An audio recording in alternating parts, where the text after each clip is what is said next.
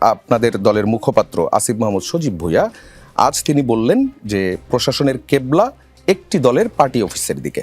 ইসির নিরপেক্ষতা নিয়েও প্রশ্ন তুলেছেন। এই নিরপেক্ষতা নিয়ে প্রশ্ন তোলার কারণ কি, আর নির্বাচন হবে কি হবে না এই শঙ্কার কারণটা কি? জি, আপনাকে ধন্যবাদ। ইসির নিরপেক্ষতা নিয়ে যে প্রবলেম, এটা কিন্তু আমরা লম্বা সময় ধরে বলে এসেছি। আজকে নতুন কোনো বক্তব্য না এটা আমাদের।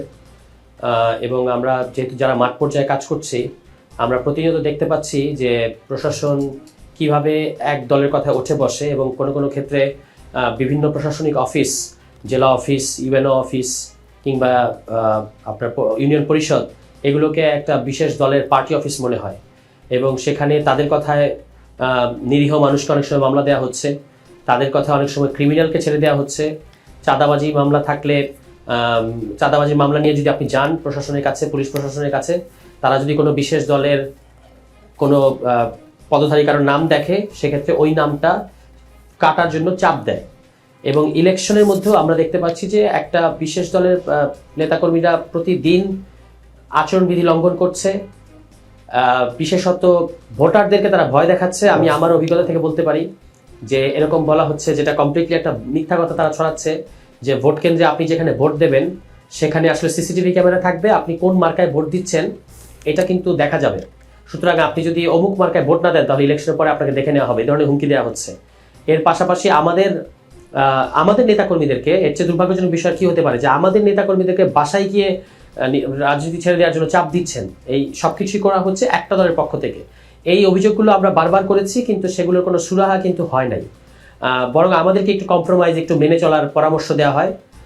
এই সমস্ত কারণে আমাদের কাছে মনে হচ্ছে, এবং আরও সার্বিক গত কয়েকদিনের যে ডেভেলপমেন্টগুলো আমরা দেখতে পাচ্ছি, সেখানে দেখা যাচ্ছে যে আপনার পুরো রাষ্ট্রযন্ত্র একটা দলের কাছে সারেন্ডার করেছে এরকম মনে হওয়ার অনেকগুলো আলামত দেখে আমাদের সেরকম মনে হচ্ছে।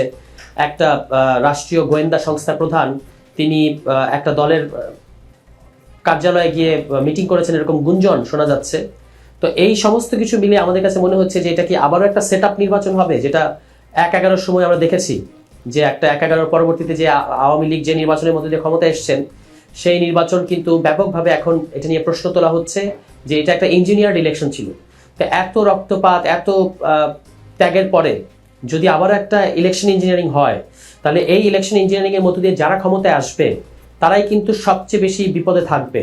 ফলে আমরা বারবার বলেছি যে নিজেরা জেতার বাইরেও রাজনৈতিক দলগুলোকে এবার সুষ্ঠু নির্বাচনের এবং জনগণ যেন ভোট দিতে পারেন তেমন একটা পরিবেশ নিশ্চিত করার ক্ষেত্রে রাজনৈতিক দলগুলোর ভূমিকা রাখা উচিত।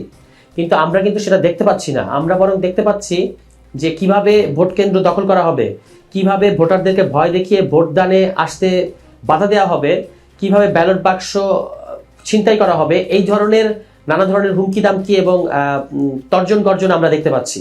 ফলে সার্বিক পরিস্থিতি দেখে মনে হচ্ছে যে যেটা হলো ঝড়ের আগে যে ধরনের একটা গুমট পরিস্থিতি থাকে, সেরকম একটা পরিস্থিতি আমাদের কাছে পরিলক্ষিত হচ্ছে।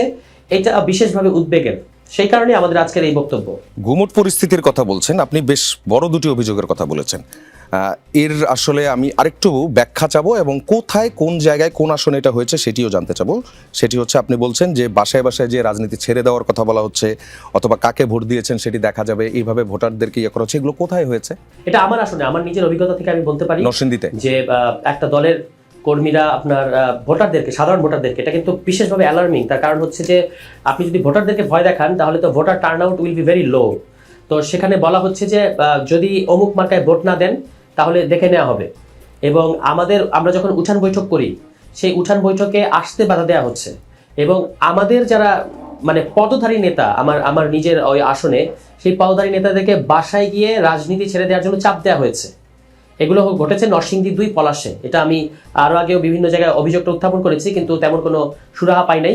এখন এই যে ভোটারদেরকে ভয় দেখানো হচ্ছে, আবার ভোটাররা গিয়ে যে আপনার কমপ্লেন করবে সেই বাস্তবতাও কিন্তু নাই। কারণ তাদের যারা কমপ্লেন করছে, আমি আপনাকে একটা উদাহরণ দিতে পারি যে আমরা একটা মিষ্টির দোকানে বসে আমাদের নেতাকর্মীরা আপনার একটা মিটিং করছিল আর কি, আমাদের নিজস্ব সাংগঠনিক মিটিং। ওই অপরাধে ওই মিষ্টির দোকানের একজনকে তুলে নিয়ে যাওয়া হয়েছিল, মানে অ্যারেস্ট করা হয়েছিল। পরবর্তীতে অবশ্য তাকে ছেড়ে দেওয়া হয়েছে। তো এই ঘটনাগুলো ঘটছে এবং এই ঘটনাগুলো নিয়ে অভিযোগ অনেক সময় ভুক্তভোগীরা করতে চান না, কারণ তাহলে তারা আরো বড় ক্ষতির সম্মুখীন হওয়ার চিন্তা করেন। এই কারণে আমরা বলেছিলাম যে যারা চিহ্নিত সন্ত্রাসী, যাদের নামে মামলা আছে, যাদের ব্যাপারে এরকম রিপোর্ট আছে যে তাদের কাছে অস্ত্র আছে, তাদেরকে আইনের আওতায় আনা উচিত। এটা সুষ্ঠু নির্বাচনের জন্য প্রয়োজন।